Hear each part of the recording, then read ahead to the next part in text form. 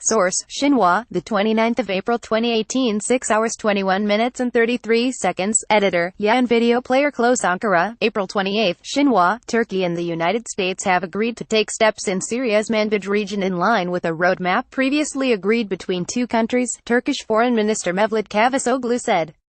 We confirmed the approval of a roadmap on which our joint working group has reached an initial agreement, Cavusoglu said, after meeting U.S. Secretary of State Mike Pompeo in Brussels on Friday. We will implement the Manbij model in other parts of Syria, particularly east of the Euphrates, and therefore be taking a step with the United States on an issue that causes tension in our bilateral ties, he said. If the roadmap is implemented, the Syrian Kurdish People's Protection Units (YPG) will be withdrawn from Manbij. Otherwise we'll have to intervene against the terrorists just like we did in Afrin, the minister said. Cavusoglu added that approval phase of the roadmap is not finalized yet, and its implementation will have a timeline.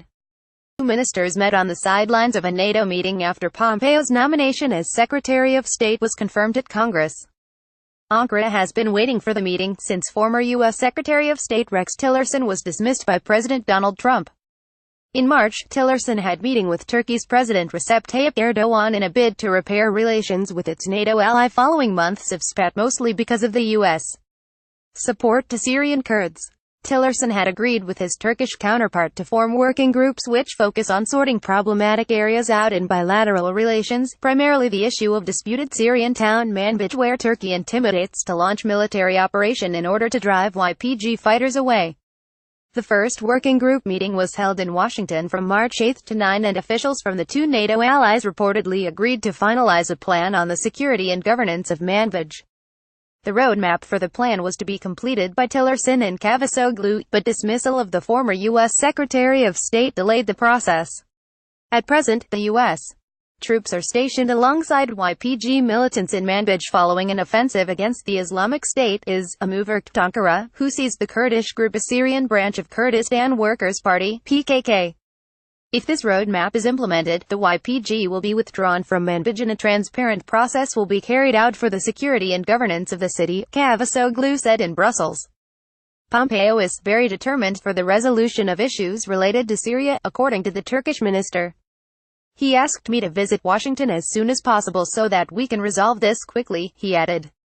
The United States is likely to try to gain time and prevent Turkish army from launching another military offensive in Manbij, Hasan Ünal, a professor with the International Relations Department of Atılım University, told Xinhua.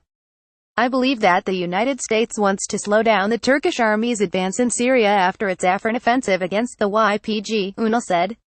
Recalling that the Turkish government has called for snap elections, Ankara also wants to gain time as it will have difficulty to conduct a new operation into Manbij, he said.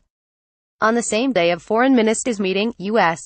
Joint Chiefs of Staff Chairman General Joseph Dunford and his Turkish counterpart Hulusi Akar had a phone conversation and discussed regional security issues and exchanged views about cooperation on the issues, a statement from Turkish Army said. Turkey's procurement of Russian S-400 anti-ballistic missile systems was also part of the talks between Cavusoglu and Pompeo. Turkish minister said the U.S. sanctions were adopted after Turkey and Russia finalized the purchase of S-400 systems, but Turkey is ready to discuss future procurement of anti-ballistic missile system from the United States or other allies as well if provided good proposal. While Ankara and Washington moves ahead in solving Manbij dispute, other obstacles in bilateral relations such as American pastor Andrew Brunson, who is detained in Turkey on terror charges, has the potential for fueling bilateral tension as some U.S. congressmen threaten Ankara to prevent the delivery of the F-35 Joint Strike Fighters. At a time when Ankara tries to solve the pending problematic issues with State of Department, 3 senators from the U.S. Congress introduced a bill to prevent the transfer of F-35 fighter jets to Turkey, which they claimed to jeopardize the security of NATO allies by purchasing Russian S-400 missile defense systems. Last week, 66 senators from the U.S. Congress sent a letter to Turkish President Erdogan and called allegations against Brunson as an absurd collection of anonymous accusations and hinted that other measures are underway to ensure Turkey to respect the right of citizens and employees from the United States in Turkey without fear of persecution. Not only Brunson, but also other U.S. citizens and local U.S. consulate staff are detained in Turkey over charges of terror. Undoubtedly, this draft bill is an effort to further corner Ankara ahead of Brunson's second hearing on May 7 by demonstrating the U.S. side will no longer defer measures ranging from hurting military cooperation to hurting Turkey's economy, Cansu Kamlabel, Hurriyet Daily News commentator said. If Washington is convinced there is no light at the end of the tunnel for Brunson, the Congress might go ahead with a vote on the sanctions bill right after the June 24 elections in Turkey, she said. Kamlabel said she has been told by sources familiar with discussions at Capitol Hill that the draft bill on F-35s could be extended in a manner to include targeted sanctions against Turkish individuals or institutions.